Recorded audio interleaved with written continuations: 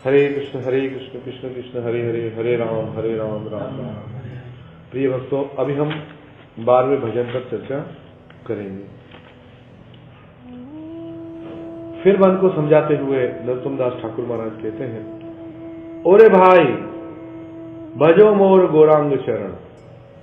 मैंने नित्यानंद प्रभु की बात की, अब किसके चरण भजने की बात करते हैं?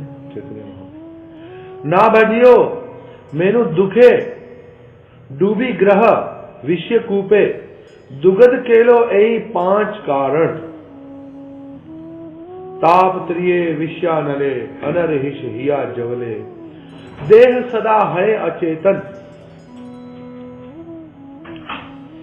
रिपुवश इंद्रिये हेलो, गौर पद पासर एलो, विमुख हेलो हेनो धन। हेनो गौर दयामय, छाड़ी सब लजा भय, काय मने लहोरे शरण।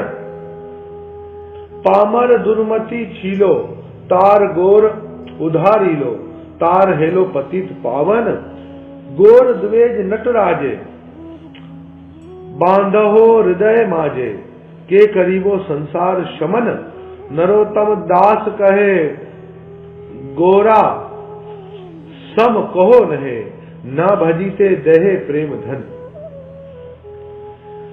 अब आचार्यगण समझाते हैं कि यहां पर नरोत्तम दास ठाकुर महाराज इस पद में अपने मन को गौरांग भजन का उपदेश दे रहे हैं।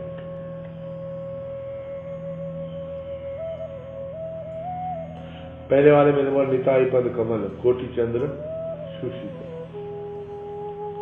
समझा ना? अभी गौरांग भजन करते हैं। कहते हैं, अरे भाई, भाई यहां किसको कहा है?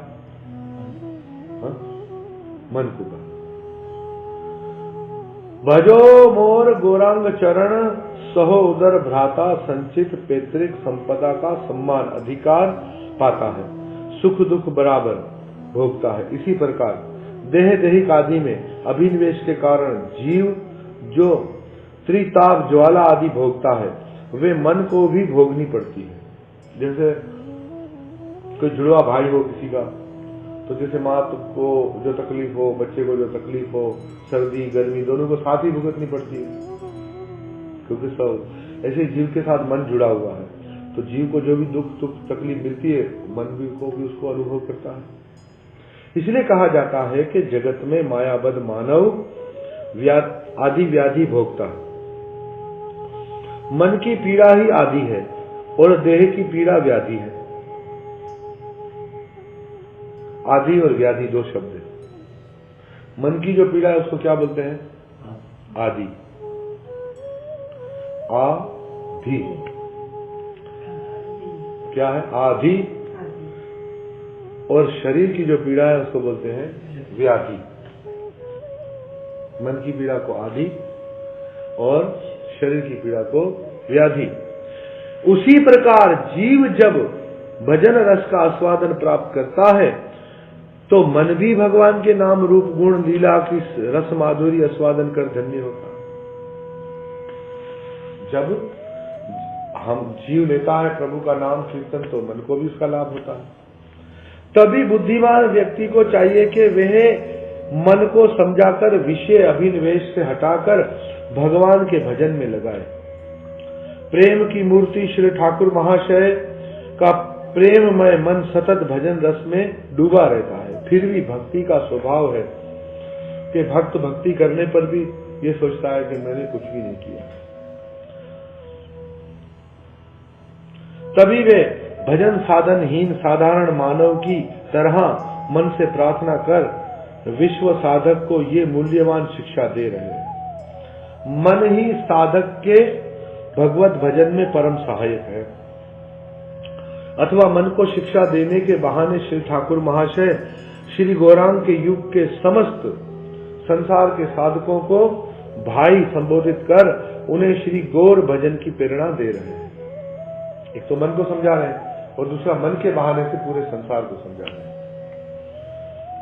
ब्रिज के ठाकुर स्वयं भगवान ब्रजेंद्र नंद नंदन इस कलयुग में श्री राधा की भाव और कांति लेकर गौरांग बने हैं। तभी श्रीमद् रूप गोस्वामी पाद ने लिखा है, ना चैतन्यात कृष्ण जगति पर तत्व परामिहा। श्री कृष्ण चैतन्य की अपेक्षा और कोई श्रेष्ठ पर तत्व विश्व में नहीं है। पर तत्व की उपासना समस्त श्रुति शास्त्र में प्रसिद्ध है।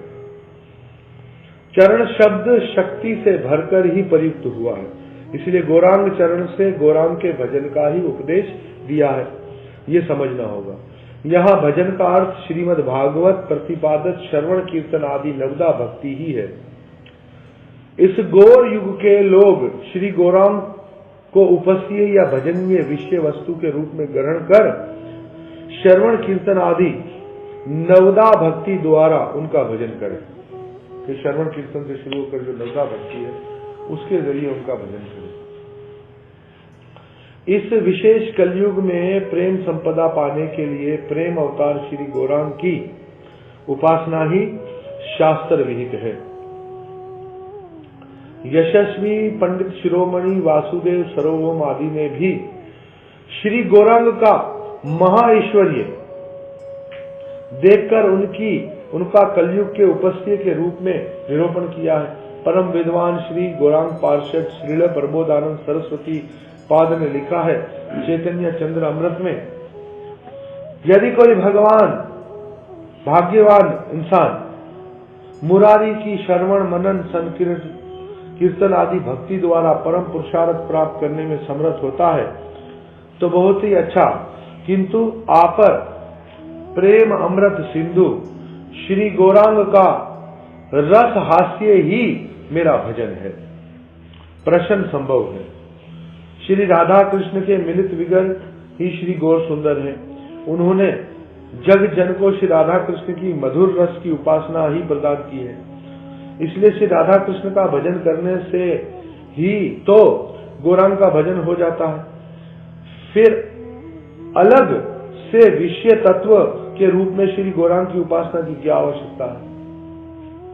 राधा कृष्ण ही बने हैं कौन? चैतन्य महाप्रभु। तो चैतन्य महाप्रभु की भक्ति करेंगे तो उनकी भी हो जाएगी, फिर अलग से चैतन्य महाप्रभु की क्यों करें? प्रश्न खड़ा किया है। इसका उत्तर श्रीपाद प्रबोधानंद सरस्वती ही देते हैं। वो कहते हैं, ब्राता कीर्तय नाम गोकुल पत्रुदमा नाम वलिम यदवह भव्या तस्ये दिव्यम मधुरम जगन मंगलम। कहते हैं, हे भाई, तुम श्री कृष्ण की सर्वसमृद्ध नामावली का ऊंच सुर से कीर्तन करो अथवा उनकी जगन मंगल दिव्य मधुर श्री मूर्ति का ध्यान करो। यदि श्री चैतन्य की करुणा दृष्टि तुम पर नहीं पड़ी तो महाप्रेम में उज्जवल रस आस्वादन की आशा कभी पूर्ण नहीं होगी। भले ही कृष्ण का जितना भजन करो तो चैतन्य महाप्रभु की कृपा दृष्टि तुम पर नहीं पड़ेगी ना, तो फिर उज्जवल रस भक्ति तुम्हें प्राप्त नहीं होगी। उन्नत उज्जवल रस क्या है? नया भक्त आता है तो वो में करता है, वो काली कृष्ण भगवान की करता है। तो जो भी उसको प्रचार को सबसे पहले उसको गौर निताय और वैष्णव के चरण आश्रय की शिक्षा देनी चाहिए, तो फिर खुद ब खुद वो जल्दी कृष्ण भक्ति में आगे बढ़ जाएगा। क्या करेगा? जरूर कृष्ण भक्ति में आगे बढ़ जाएगा। इस संदर्भ का मर्म अर्थ यही है कि साधक श्री गौरांग की कृपा से ही मंजरी स्वरूप से ब्रिज में श्री श्री राधा माधव की रहस्यमय प्रेम सेवा पाकर धन्य होगा। राधा माधव की प्रेम सेवा पाएगा, क्योंकि जो बीज आप शुरू में ही डालेंगे तो उसकी लालसा पड़ी रहेगी। अगर व्यक्ति उस बीज की लालसा ही नहीं, उसको पता ही नहीं है, तो अनजान व्यक्ति क्या करेगा? जैसे आज जो लेटेस्ट मोबाइल आता है आदमी वही खरीदता है कि नहीं? उसको हम लोग पहले पुराने मोबाइल समझाते हैं कि वो 3610 या एक 11 नंबर था नोकिया का, एक 1112 था, ये 1110 था, 1112 था। तो अभी इतना लेटेस्ट समय के अंदर इतनी चारों तरफ इतना मोबाइल इतने चल रहे हैं, सब टच मोबाइल में समझ रहे हैं, तो फिर हम 11-12 का उपदेश करेंगे या सीधा उसको ओप्पो का ही समझाएंगे? भाई ओप्पो का ये वर्जन है, लेनोवो का वर्जन है, हाँ वीवो का वर्जन है, ये समझाते हैं कि नहीं? अभी तो कोई सैमसंग की तरफ भी नहीं दिखता, अभी तो उसका भी कोई नहीं दिखता, अभी तो लेटेस्ट हो गया। तो उन्नत उज्ज्वल रसाम अनअर्पित चिरम चिराग करुणा अवतीर्ण करो, उन्नत उज्ज्वल रसाम चैतन्य महाप्रभु ने क्या वो दिया जो आज तक किसी अवतार ने नहीं दिया, जो किसी ऋषि ने नहीं दिया, वो दिया। वो जब भक्त समझ लेंगे तभी तो वो देंगे दूसरों को, जब नहीं समझेंगे तो देंगे कैसे? देने वाला ही नहीं समझाए तो कैसे देंगे? तो वो रस भक्ति हमारी है मंजरी भाव साधना। कौन सी साधना है? मंजरी भाव साधना। न हम कृष्ण के साथ कोई जैसे एक माधुर्य संबंध के अंदर कृष्ण तो सबके पति है, पर मंजरी ये नहीं सोचती है कि कृष्ण मेरे पति है। मंजरी सोचती है कृष्ण राधा नाथ है। किसके नाथ है? राधा रानी के नाथ है। तो मुझे उनकी राधा रानी के साथ सेवा करनी है और उनकी सेवा करके उनको प्रसन्न करना है। क्या है ये मंजरी भाव? मैंने आपकी सारी कथाओं में इसको विस्तार पूर्वक समझाया है। प्रेम भक्ति चंद्रिका की कथाओं में इसको विस्तार पूर्वक शिष्यों को मैंने समझाया। तो कहते हैं कि श्री राधा माधव की रहस्यमय प्रेम सेवा पाकर धन्य होगा। क्या है वो? राधा माधव की जो कुंज में लीलाएं चल रही है ना, उन लीलाओं के अंदर उसको सेवा प्राप्त हो जाएगी जब चैतन्य महाप्रभु की कृपा होगी। वैसे तो खाली माला करेंगे, सेवा करेंगे, विधि सेवा, पर ये सब करने के साथ साथ जब भजन करेंगे, माला करेंगे, तो उस ध्यान के अंदर राधा कृष्ण की साक्षात सेवा होने लगेगी। ये सब चीजें हमें समझनी है। शुरू में तो नए भक्तों में तो नाम संकीर्तन, थोड़ा भगवत गीता के प्रति, पर जब सेवा में भक्त लगते हैं तो अब जब निताई गौर की एक जगह पर शिला प्रभुपाद जी ने प्रचार किया। शिला प्रभुपाद जी ने तो डायरेक्ट चैतन्य महाप्रभु का प्रचार किया। शिला प्रभुपाद जी का जो भागवत है उसके भी शुरू में उन्होंने चैतन्य महाप्रभु का चरित्र दिया। क्यों? उनको पता है चैतन्य महाप्रभु कृपा के बिना ये काम संभव हो ही नहीं सकता। ये पूरी दुनिया में जो शिला प्रभुपाद जी प्रचार करने में कामयाब हुए, ये निताई गौर की कृपा है। शिला प्रभुपाद जब अमेरिका पहुंचे थे तो एक दुकान पर गए। दुकान में देखा तो नित्यानंद प्रभु चैतन्य महाप्रभु का चित्र लगा हुआ। वो कहते हैं ओ निताई गौर, आप यहाँ मेरे से पहले आ गए हैं। जब आप आ गए हैं तो फिर तो कोई दिक्कत है ही नहीं, कुछ ना कुछ जरूर कार्य हो जाएगा। तो उन्होंने सारे भक्तों को, जब हम हरे कृष्ण महामंत्र का प्रचार करते हैं ना, तो हरे कृष्ण महामंत्र के प्रचार के साथ खुद ब खुद जय श्री कृष्ण चैतन्य प्रभु नित्यानंदा श्री अद्वैत गदाधर श्रीवास आदि गौर पंच तत्वों का प्रचार होने लगता। और जहां पर एक जगह पर प्रभुपाद जी गए तो देखा कि वहां पर भक्तों ने प्रसाद भी, रोटियां जली हुई और दाल बेस्वाद, सब्जी बेस्वाद बनाई। और प्रभुपाद जी जहां भी जाते थे तो सबसे पहले वहां का किचन चेक करते हैं। किचन को कितने ध्यान से रखते हैं भगत, क्योंकि वहां तो भगवान का प्रसाद मिलता है। भक्तों के प्रसाद किचन चेक करते हैं। किसी भी आश्रम जाए तो वैसे तो उनकी मर्जी है, कुछ भी चेक कर सकते हैं, मगर ज्यादातर किचन चेक। दूसरा देखते थे कि लोग भगवान की सेवा को किस तरह कर रहे हैं, भक्तों की सेवा कैसे कर रहे हैं। तो प्रभुपाद जी देखा, प्रभुपाद जी को बहुत दुख हुआ, मगर वो सारे नए भक्त थे, नया नया वहां प्रचार हुआ। तो प्रभुपाद जी चले गए मंदिर में, तो वहां गौर निताई विराजमान थे। वो प्रभुपाद जी ने कहा नहीं, मेरी अभी सारी चिंता समाप्त है। हे गौर निताई, मेरे ये बच्चे अभी नाकाबिल हैं, सब इनको कोई कुछ भी पता नहीं है, पर आप कृपा करेंगे तो ये सब बहुत अच्छे भक्त बनेंगे। बस गौर निताई से प्रार्थना करके फिर शिला प्रभुपाद कुछ ही वक्त के अंदर वो सारे भक्त बहुत अच्छे, मतलब सब चीज में माहिर हो गए। कृष्ण भक्ति में आने वाला भक्त किसी चीज में माहिर नहीं होता है। यहाँ सीखे हुए लोगों का काम नहीं है, श्रद्धावान लोगों का काम है। जो श्रद्धावान है लगते ज्ञान, जो श्रद्धावान है सब कुछ फटाफट सीख जाता है। यहाँ जितने भी हैं हमारे जो भी आचार्य हुए, कोई ज्यादा सीखे सिखाए नहीं है, पर कृपा होती है तो सब काम खुद ब खुद हो रही है। श्रद्धा। फिर कहते हैं ना भजियो मने दुख दीप ग्रह विषय कूप दुगध केलो ऐ पंच कारण। श्री ठाकुर महाशय श्री गौरांग भजन विमुख व्यक्ति की दुर अवस्था या दुर्गति की बात कह रहे हैं। श्री गौरांग का भजन न कर घर रूपी विषय कूप में डूबकर, ये घर जो है ना हमारा, ये विषयों का कूप है, मतलब कुआं है, दुख से मर गया। विषय कूप की व्याख्या दो प्रकार से होती है। जो कुआं ज्वालामय विष जल से भरा है वे विषकूप है। मतलब जो दहकते हुए, जहर एक होता है ना कि उसमें आग नहीं लगी होती है, मगर जहां भी वो लग जाता है वहां आग लग जाती है, मतलब जलन से भरा हुआ विषय कूप। मुंह धो क्या है? मुंह धो क्या? मुंह धो क्या? नहीं आ रही बता। हरे कृष्ण महामंत्र।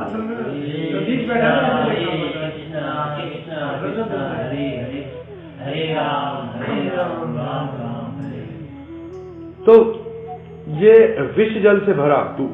फिर अरणि स्थित कूप, जिसमें 5 बिंदु आदि विषधर प्राणी रहते हैं। उसमें गिरे आदमी की देह उनके दंश से ज्वालामय हो जाती है। जैसे 5 किस्म के जहरीले जानवर जिस कुएं में रहते हैं, उसमें आदमी गिर जाए तो 5 उसको डसने लगे। वे भी विषयकूप है। ग्रह ही विषयकूप है। इस ग्रह की भी 2 व्याख्या संभव है।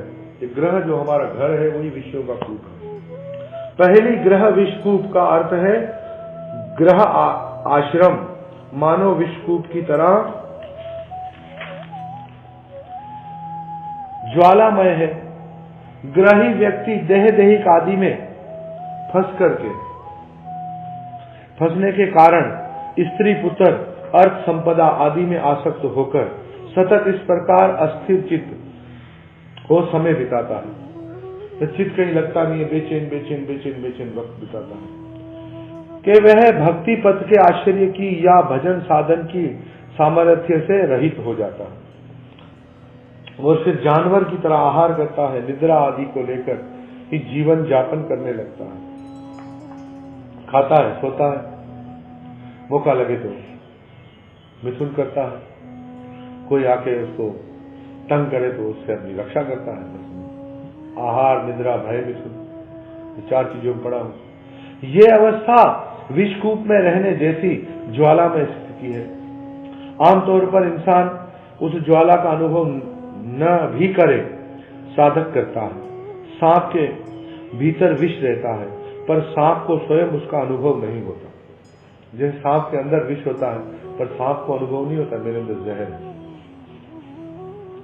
वह तो वरण उसके न रहने से निर्वीर्य हो जाता है, किंतु जब अन्य प्राणी को डसता है तो उस प्राणी को उस ज्वाला का अनुभव होता है।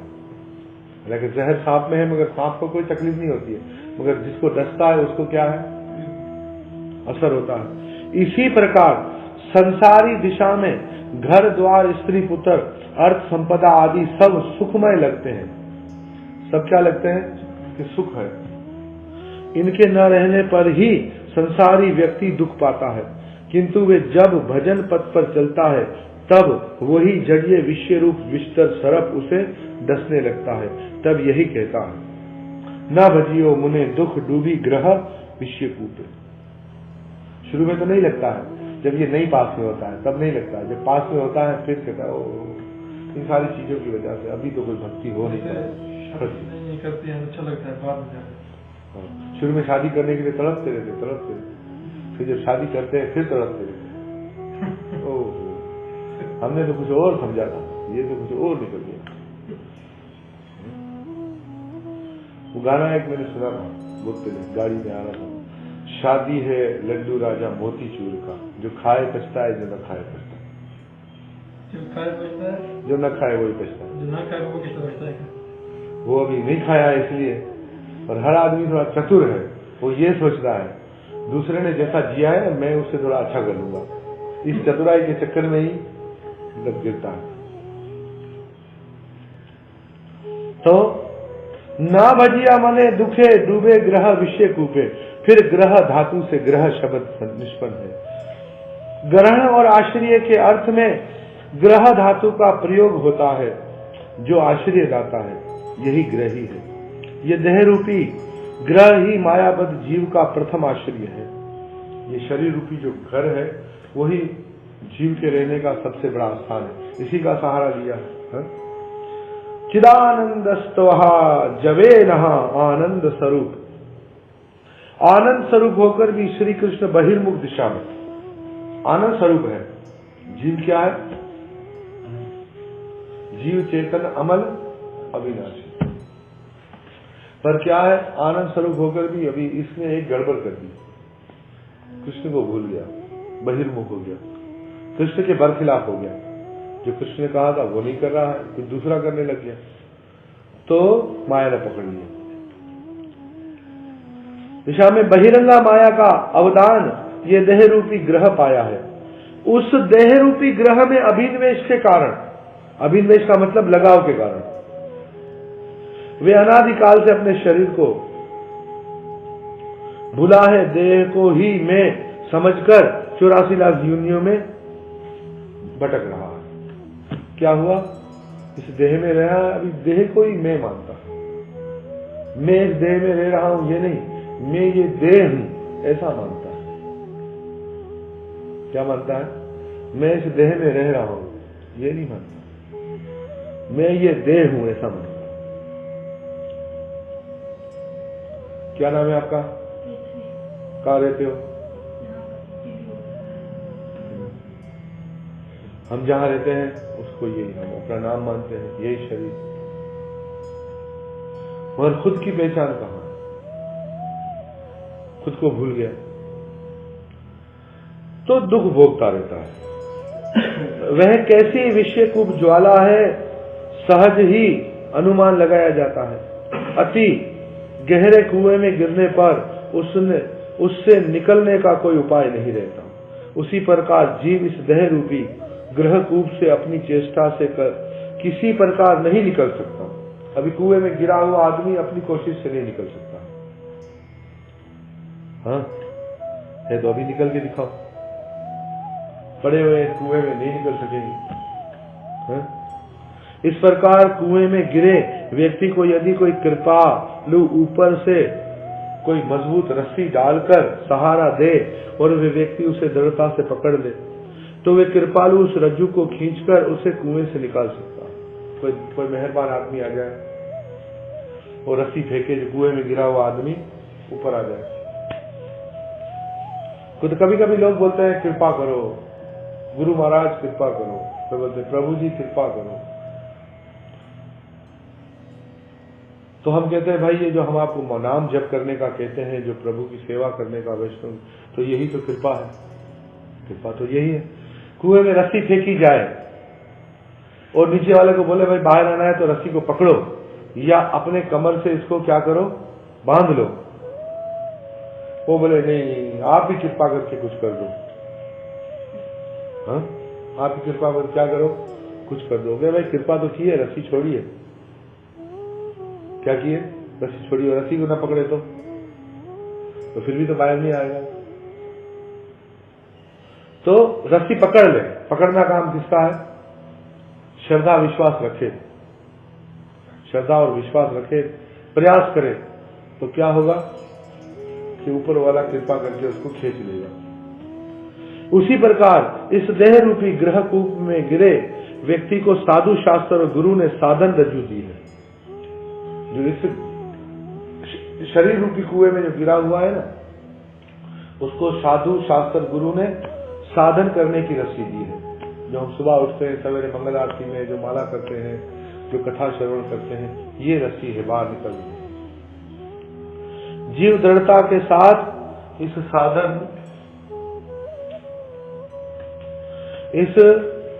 साधन भजन रज्जू को पकड़ ले तो विषय कूप से निकल सकता है और स्वरूप के जागरण से आनंदमय भगवान की सेवा पाकर सदा सदा के लिए सुखी हो सकता है।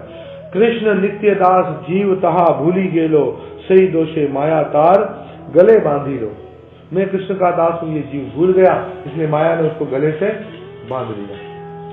क्या किया माया ने? उसको गले से बांध लिया।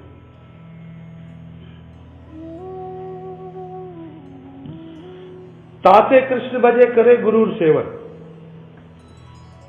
अभी क्या जो फंस गया वो क्या करे? उपाय तो कोई गिरा है तो उपाय तो होगा ना। ताते कृष्ण भजे, इसलिए क्या करे? कृष्ण का भजन शुरू करो। हरे कृष्ण कृष्ण कृष्ण हरे हरे हरे राम। अच्छा, भजन कृष्ण का करे और सेवा किसकी करे? करे गुरु सेवक, गुरु की सेवा करे। माया जाल छूटे पाए कृष्ण चरण। फिर क्या होगा? माया का जाल टूट जाएगा, किसके चरणों को पाएगा? कृष्ण के। तभी श्री ठाकुर महाशय ने कहा, ना भजिया मेनू दुखे डूबी ग्रह विश्व कूपे। फिर कहते हैं, दुगध केलो ए पंच कारण, प्राण अपान उदान व्यान और समान। ये 5 प्राण देह में रहते हैं, शरीर में ये 5 प्राण रहते हैं। निश्वास परश्वास वायु को प्राण कहा जाता है। जो हमारी सांस आ रही है जा रही है, तो क्या कहते हैं? प्राण कहते हैं।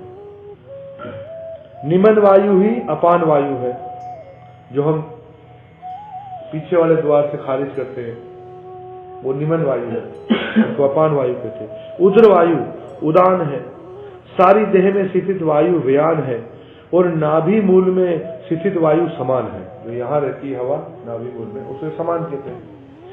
ये समान या नाभि मूलस्थ वायु ही प्राण वायु को आकर्षित विकर्षित करती है। ये 5 प्राण ही जीवन धारण के उपाय हैं। आयुर्वेद शास्त्र में लिखा है कि इन वायु के कोपित होने पर ही देह में नाना प्रकार के रोगों का प्रगट होता है। जिस्म की वायु बिगड़ जाती है ना, तो जिस्म में अलग अलग किस्म के रोग होने शुरू हो जाते हैं और देह दुख का स्थान बन जाती है। श्री ठाकुर महाशय कहते हैं, गौरांग भजन के बिना मेरे ये 5 प्राण परेशान हो गए हैं। भजनहीन देह से जीव कितने दुख में रह रहा है, इस बात का किंचित आभास होता है। इस महद अनुभव से मुझे जैसे भजन विमुख जीव को इस ज्वाला का कोई अनुभव नहीं। गौर भजन विमुख व्यक्ति के अति दारुण दुख की बात करते हैं।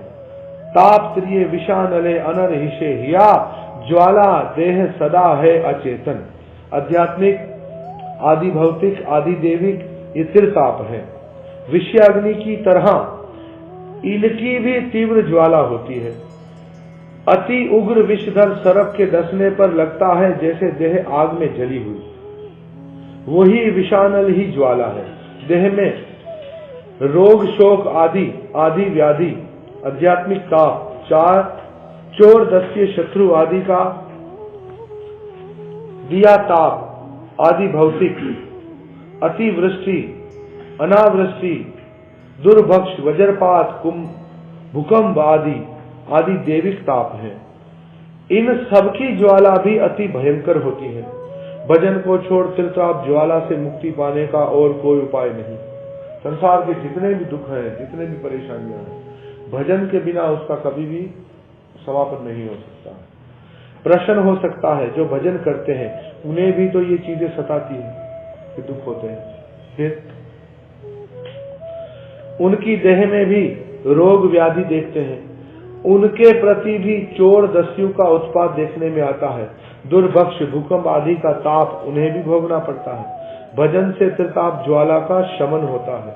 इसका प्रमाण क्या है? इसके उत्तर में कहा जा रहा है, त्रिताप ज्वाला का नाश भजन का फल नहीं, भजन का मुख्य फल है भगवान के नाम गुण लीला रस का आस्वादन। भजन का गुण फल क्या है? भगवान के नाम गुण लीला रस का आस्वादन, प्रेम प्राप्ति और भगवत सेवा प्राप्ति। भगवत भजन के अनुषंगिक फल से ही त्रिताप ज्वाला का शमन हो जाता है। जैसे ही भजन करेंगे तो जैसे देखो बारिश होने वाली होती है ना, सबसे पहले गर्मी गायब हो जाती है, ठंडी ठंडी हवाएं लगती है। ऐसे ही जैसे कोई थोड़ा भजन करेगा ना, तो ये संसारी सारे दुख का असर खत्म। भगवान या भक्ति महारानी भक्ति के रहस्य तव की रक्षा के लिए भक्त की देह में भी उक्त त्रिताप आदि दिखाती है, किंतु बहिर्मुख व्यक्ति की तरह भगत के हृदय में उसकी कोई ज्वाला अनुभव नहीं। मतलब माया जो है भक्तों के जीवन में भी ये दुख वगैरह सब दिखाती है, उनके शरीर में भी दिखाती है, मगर भक्त के हृदय में उसका कोई असर नहीं होता। भक्त हृदय से शांत होता। भक्त भजन रस के आस्वादन में ऐसा डूबा है कि उसके भजन निष्ठ मन पर त्रिताप आदि का कोई प्रभाव नहीं पड़ता। वह तो भक्त की दिव्य आरती बढ़कर शीघ्र ही प्रेम प्राप्त करते हैं उसका परम हित करते हैं। फिर कहते हैं रिपुवश इंद्रिय हेलो, गौर पद पासर हिलो, विमिष हिलो हेन धन। इंद्रियों द्वारा भगवान की सेवा का नाम ही भक्ति है। जो अपनी इंद्रियों से भगवान की सेवा करते हैं उसका नाम क्या है महाराज? भक्ति है। हर्षिकेश हर्षिकेशन सेवनम भक्ति रुच्यते। नारद पंचरात्र में लिखा है कि आंखों से श्री भगवत विग्रह और भक्त का विग्रह दर्शन, कानों से हरि नाम हरि कथा श्रवण, जीवा से हरि गुण लीला कीर्तन, हाथों से श्री हरि का विग्रह अर्चन और मंदिर की सफाई सेवा वगैरह, और पैरों से हरि नाम हरि कथा स्थल पर और श्री धाम में गमन, मन से भगवान का स्मरण आदि, ये साक्षात भक्ति है। ये सब करेंगे तो इसको क्या कहेंगे? भक्ति। हृदय में काम क्रोध आदि जो 6 दुश्मन हमारे वास करते हैं, उनके सतत अधीन हो गई है ये इंद्रियां, अर्थात इन प्रबल शक्तिशाली षड रिपुओं ने भजन उपयोगी इंद्रियों को विशेष क्षेत्र में खींचकर भजन विमुख कर डाला है, मतलब भजन से दूर कर दिया है। तभी श्री ठाकुर महाशय कहते हैं कि इंद्रियों के सतत रिपुवेश में होने के फलस्वरूप श्री गौर चरण का या श्री गौरांग को भूल गया है। श्री गौरांग जैसा परम दुर्लभ धन पाकर भी इससे विमुख हुआ श्री प्रबोधानंद सरस्वती पाद ने श्री गौरांग रूपी धन का महत्व निरूपित करते लिखा है। सौंदर्य काम कोटि सकल जन समान हलाद ने चंद्र कोटि, वर्तसले सम मात्र कोटि स्त्रीदहा शव पिटानाम कोटि रुद्राय सरे। जैसे सुंदर्य में करोड़ों करोड़ों कंदर्पों की तरह सुंदर है, जो खूबसूरती में करोड़ों कामदेवों से भी ज्यादा खूबसूरत है, जग जन की मतलब संसार के लोगों की त्रिताप ज्वाला को शांत कर उन्हें परमानंद में देने में जो कोटि चंद्रमा की तरह सुशीतल है, जो वत्सल्य में कोटि कोटि जन नयनों के तुल्य सुवत्सल है, जो कोटि कल्पत्रुओं से भी, कोटि का मतलब होता है करोड़, से भी अधिक परम उदार है, जो करोड़ों समुद्र की तरह गंभीर है, माधुर्य में जो करोड़ों करोड़ों सुधा शील और मधु से भी अधिक परम मधुर है, जिन्होंने प्रेम रस में कोटि कोटि आश्चर्यजनक अनुभव प्रदर्शित किए हैं, वे लीला में श्री गौर सुंदर सर्व उत्कर्ष पर विराजे हैं। तभी श्री ठाकुर महाशय ने कहा है क्या? हेनो गौर दास्यम दयामय छाड़ी सब लजा भय, काय मने लहोरे शरण परम दुर्मति छीलो, तार गोरा उधारी लो, तार हेलो पतित पावन। दया या कृपा भगवत स्वरूप का ही अनंत संपदा है। विश्व में जो 5 तत्व दिखते हैं, ईश्वर, जीव, काल, कर्म या माया, इनमें ईश्वर में ही करुणा विराजती है, अन्य 4 में करुणा नहीं है। जीव में नहीं है करुणा, काल में नहीं है, कर्म में नहीं है, माया में नहीं है, केवल किसमें करुणा भरी हुई है? ईश्वर में। करुणा का प्राकृत कार्य है कृष्ण विमुख स्वरूप भ्रांत मायाबद्ध जीव को प्रेम दान कर धन्य करना। काल, कर्म, माया और जीव में प्रेम दान की सामर्थ्य नहीं, वे भक्त जीव में है, किंतु ये समझना होगा कि प्रेम दान के लिए उपयोगी भगवान की करुणा ही भक्त के हृदय में कार्य करती है। श्री गौर हरि दयामय, दया शब्द के साथ परचूर अर्थ में मयूट प्रयुक्त हुआ है। श्री गौर में पतित पावनी दया प्रचुर मात्रा में विराजती है, कि वो उनकी दया क्या करती है? पतितों को क्या करती है? पावन करती है। अनन्य सभी भगवत स्वरूपों की अपेक्षा श्री कृष्ण में अधिक दया विराजती है, इसीलिए वे परम करुण हैं। फिर वे ही अपार करुणा सागर रूपणी राधा रानी की भाव कांति लेकर गौर हुए हैं। करुणा भी एक प्रकार का भाव है, इसलिए श्री कृष्ण के करुणा सिंधु के साथ श्री राधा के करुणा सिंधु के मिल जाने से उदलित करुणा वरिधि ने समस्त विश्व को अपलवित कर डाला। परम दुर्मति आदि सभी गौर प्रेम की वन्य में डूब गए। स्वयं ही प्रेम प्राप्त कर धन्य हो सो नहीं, उन्हें पतित पावन होकर विश्व का उद्धार करने की सामर्थ्य पाली। दक्षिण यात्रा में महाप्रभु के प्रेम के प्रचार के विषय में श्री कविराज गोस्वामी पाद ने लिखा है। यहाँ पर एक महत्वपूर्ण बात बता रहे हैं कि भगवान गौर सुंदर महाप्रभु पतित पावन है और जो उनसे जुड़ता है उसमें भी वो शक्ति आ जाती है, उसमें भी वो भाव भर जाता है। प्रेम आवेश से हासी कांदे नृत्य गीत के, प्रेम के आवेश में नाच रहे, गा रहे, नृत्य कर रहे, गीत गा रहे। देखी सर्वलोक चित्त चमत्कार है, सारे लोग देखकर हैरान है। आश्चर्य सुनी सब लोग आयला देखी बारे।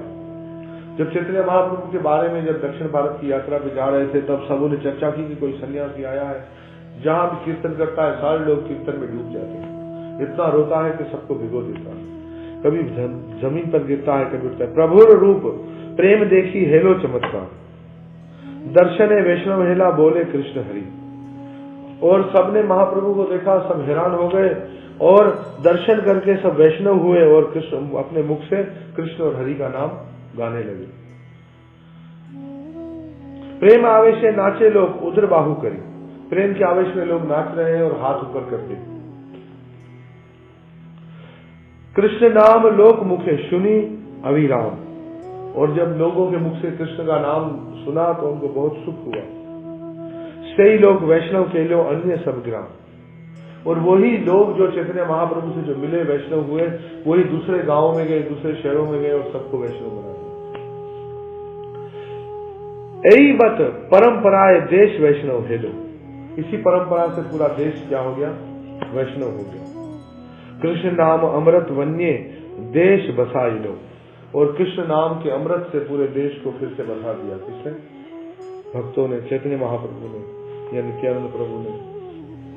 अतएव लाज भय सब त्याग कार्य मन से गौर श्री गौर चरण शरण लेना होगी। कुछ लोग हैं जो इच्छा होते हुए भी मला तिलक आदि वैष्णव चिन्ह धारण करने के पीछे गौर चरण आश्रय नहीं ले पाते।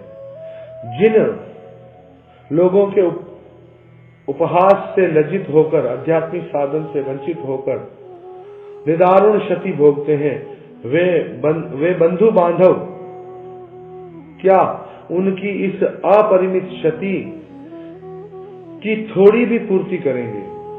नयन आत्मा बलियेन लभ्ये दुर्बल चेता व्यक्ति ही, दुर्बल चिता व्यक्ति चलने से देह देहिक आदि विषयों की क्षति होगी, किंतु काल या मृत्यु के साथ साथ ही देह देहिक वस्तुओं के साथ उसका समस्त संपर्क सदा सदा के लिए धो पहुंच देगा। उन्हें ये भय नहीं, मरणावरण गौर चरण आश्रय से देह देहिक का किंचित भी क्षति की संभावना मानकर वे भजन पद से वंचित रहते हैं।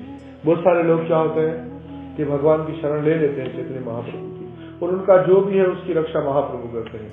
और कुछ लोग ऐसा सोचते हैं अगर भक्ति में चले जाएंगे तो फिर हमारा ये छूट जाएगा, वो छूट जाएगा, ये छोड़ना पड़ेगा, इसलिए भक्ति से दूर भाग जाते हैं। इसीलिए बुद्धिमान व्यक्ति काय मन से श्री गौर चरण आश्रय लेकर धन्य होगा। पर अक्लमंद आदमी वही है जो अपने शरीर से और मन से किसके शरण ले लेगा? चैतन्य महाप्रभु की।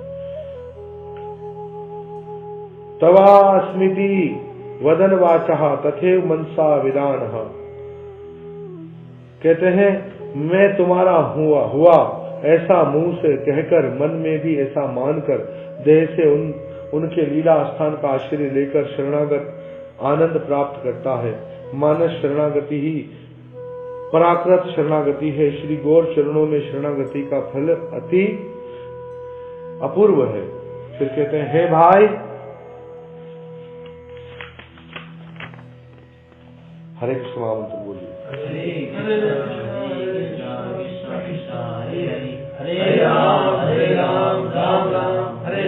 कहते हैं हे भाई, यदि दुष्पर संसार सागर पार करने की तुम्हारी वासना है, यदि तुम्हारा मन सन कीर्तन अमृत में मगन होना चाहता है, यदि तुम्हारा चित्त प्रेम अमृत संसार में सागर में डुबकियां लगाने को उतावला हो रहा है तो चैतन्य चंद्र के चरणों की शरण ले लो।